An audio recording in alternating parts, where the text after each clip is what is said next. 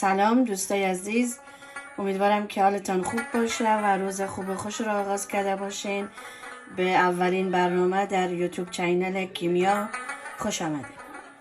دوستای عزیز، بنابر ذوق سلیقه خودم که بسیار علاقمندی به خورشت کرفس دارم، امروز در اولین برنامه از یوتیوب چینل کیمیا خورشت کرفس در نظر گرفتم. امیدوارم که خوشتون بیایه. البته میفهمم که شما بهتر از این خورشت حاضر آماده میکنین و من خواستم که ایره بنابر سلیقه خودم بر شما آموزش بدم، انشالله که خوشتون بیایه و لذت ببرین. مواد لازم اینی که 2 دسته کرفس من در نظر گرفتم و سرخ کردم همراه با سبزیش و در فریزر قرار داده بودم و سیر به اندازه دلخواه به اندازه ذوق سلیقه خودتان و 2 عدد پیاز و مرغ که جلوتر آدم از قبل میکشه بیرون که یخش باشه و مرچ و نمک و فلفل سیاه و یک مقدار پودر کاری و اینا را پسندتر همراه با هم سرخ میکنیم و کارش انجام میدیم.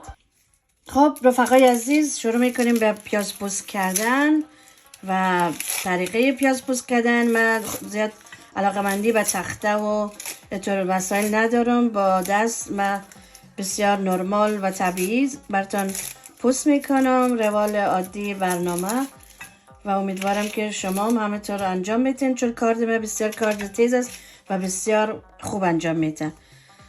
و پیاز به مقدار لازم که خورشت کرفس لازم هست ریزه میکنم و شما بیننده باشین.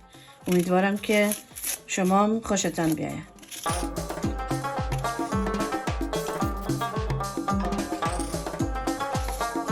دوستان عزیز، دیگه ماندیم روی اجاق و به مقدار لازم، نه زیاد و نه کم، روغن اضافه میکنیم و پیازایی که ریزه کردیم داخل دیگ مندازیم به این صورت و تا که یک کم خودش جمع کنه شورش میتیم که خودش یک کم بگیره و یک کم نرم شود. بعد یک کم نمک اضافه میکنیم و زردچوبه و مرغ سرخ میکنیم که کاملا یک کم رنگ مرغ گرفته شود و با وجود سیر که خاصیت های زیادی داره و بوی زخم مرغ میگیره زیاد و به همین صورت زیاد سرخش میکنیم که خورشت کرفس ما بوی زخم مرغ ند. البته من امروز از مرغ استفاده کردم و به صورتهای مختلف قرمه کرفس حاضر میشه، همراه با گوشت گاو و گوسفند، ولی من امروز در نظر گرفتم با مرغ انجام بدم. امیدوارم که شما راضی باشید. پیاز کم سبک شد، البته باید کم تیره تر شود، ولی سیر اضافه میکنیم. 3 دندان سیر مندازیم که همراه با پیاز تفت بخوره و یک کمی بیشتر تیره تر شود و مرغا را مندازیم که تیره شود. دوستان عزیز، مرغا را اضافه میکنیم، مندازیم داخل دیگ به این صورت به هر تعداد قطعاتی که لازم است مندازیم و چرخ میکنیم. زردچوبه اضافه میکنیم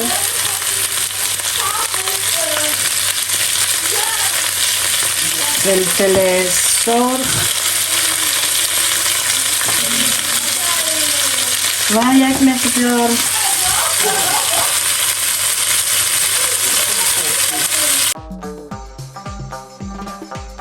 سرخ میکنیم تا کاملا بوی زخم مرغ گرفته شود.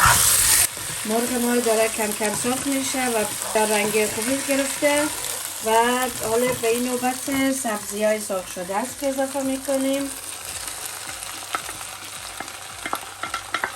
کامل و یک تفت جانانه برش میتیم که همراه با مرغ میکس شود و خودشو بگیره و بعد نوبت مرحله بعدی که آب اضافه میکنیم. آب جوش اضافه میکنیم